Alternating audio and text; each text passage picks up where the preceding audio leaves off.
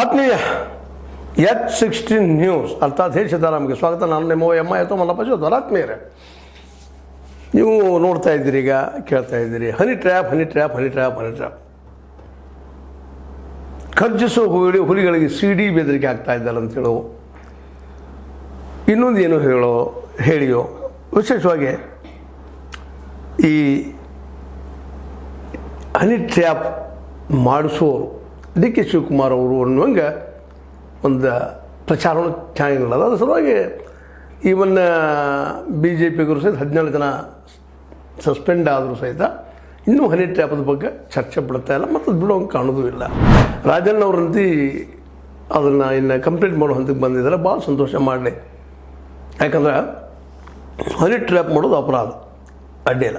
ಮಾಡಿಸೋದು ಅದು ಅಪರಾಧ. ಎಲ್ಲ ಅಪರಾಧ ಕೆಲಸ ಇರೋದು. ಯಾಕಂದ್ರೆ ಇಲ್ಲೊಂದು ಮಾತನ್ನು ನಮ್ಮ ಗೋವಿಂದ ಕಾರಜೋಳ ಅವರು ಹೇಳ್ತಾ ಇದ್ದಾರೆ.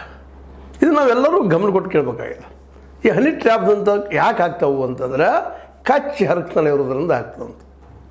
ನೀವು ಕಚ್ಚಿ ಹರಕಿರಲಿಲ್ಲ ಅಂದರೆ ಭಾಳ ಅದ್ಭುತವಾದಂಥ ಮಾತು ಇದು. ಕಚ್ಚಿ ಹರಕ್ತಾನ ಅಂದರೆ ನಿಮಗೆ ಗೊತ್ತ, ಬಿಡಿಸೋಳ ಅವಶ್ಯಕತೆ ಇಲ್ಲ. ಅದು ನೀವು ಇಲ್ಲಂದ್ರೆ ಯಾಕೆ ಅನಿಸ್ತೀರಿ ಯಾರಿಗೆ ಅನ್ನೋದು ಕೇಳಿದ್ರೆ ಗೋವಿಂದ ಕಾರಜೋಳ ಅವರು.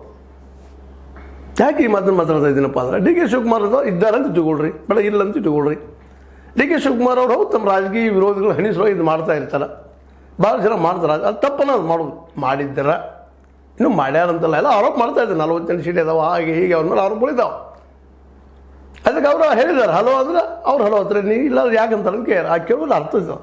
ಕೇವಲ ವ್ಯಂಗ್ಯಕ್ಕಾಗಿ ವಿರೋಧಕ್ಕಾಗಿ ವಿರೋಧ ಮಾತಾಡೋದಲ್ಲ. MB ಪಾಟೀಲ್ ಮಾತಾಡ್ರಿ, ಮತ್ತಾರು ಮಾತಾಡಲಿ, ಇಲ್ಲೇ ನಾವು ಎಚ್ಚರಿಕೆಯಿಂದ ಮಾತಾಡಬೇಕಾಗಿದೆ. ಯಾವ ವಿಷಯ ಆದರೂ ಅವ್ರು ಹಂಗೆ ಮಾಡಿಸ್ತಾ ಇದ್ರೆ ಅಪರಾಧ. ಮತ್ತು ಇವ್ರು ಮಾಡೋರ ಇವ್ರು ಅಪರಾಧಿಗಳಲ್ವಾ? ರಾಜನವ್ರು ಇಲ್ಲಲ್ಲ ಅದರಲ್ಲ. ಯಾಗ ನಿಮ್ಮ ಬೆನ್ನು ಹತ್ತಿದ್ದಾರೆ ಹೌದಲ್ಲ? ಯಾರವರು ಪಬ್ಲಿಷ್ ಮಾಡಿರಿ, ಓಪನ್ನಾಗಿ ಹೊಡ್ರಿ. ಹೌದು ಭಯದಲ್ಲಿ ನೀವು ಮಾಡಿದ್ರೆ ಹಿಂಗೆ ಮಾಡಿದ್ರೆ ಹೇಳ್ಬಿಡಿ KN ರಾಜನವರ.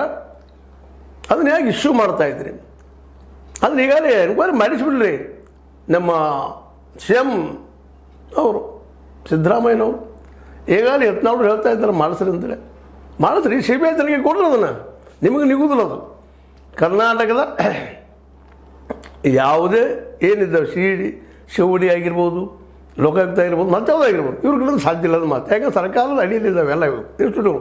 CBI ಹಾಕಿ ಕೊಡ್ರಿ, ಯಾರನ್ನ ಪಕ್ಕ ಗೊತ್ತಾಗಿಬಿಡ್ತದ. ಹೌದು, ನಿಜವಾಗಿ ಅವರಿದ್ದರೂ ಅಪರಾಧ ಆಗೇ ಆಗ್ತಾರಲ್ಲ, ಅದಕ್ಕೆ ಯಾಕೆ ಲೇಟ್ ಅದು. ಈಗ ನಮ್ಮ ರಮೇಶ್ ಜಾರಕಿಹೊಳಿ ಹೇಳಿದರೆ CBI ಕೊಡ್ರಿ ಅದರಂತೆ.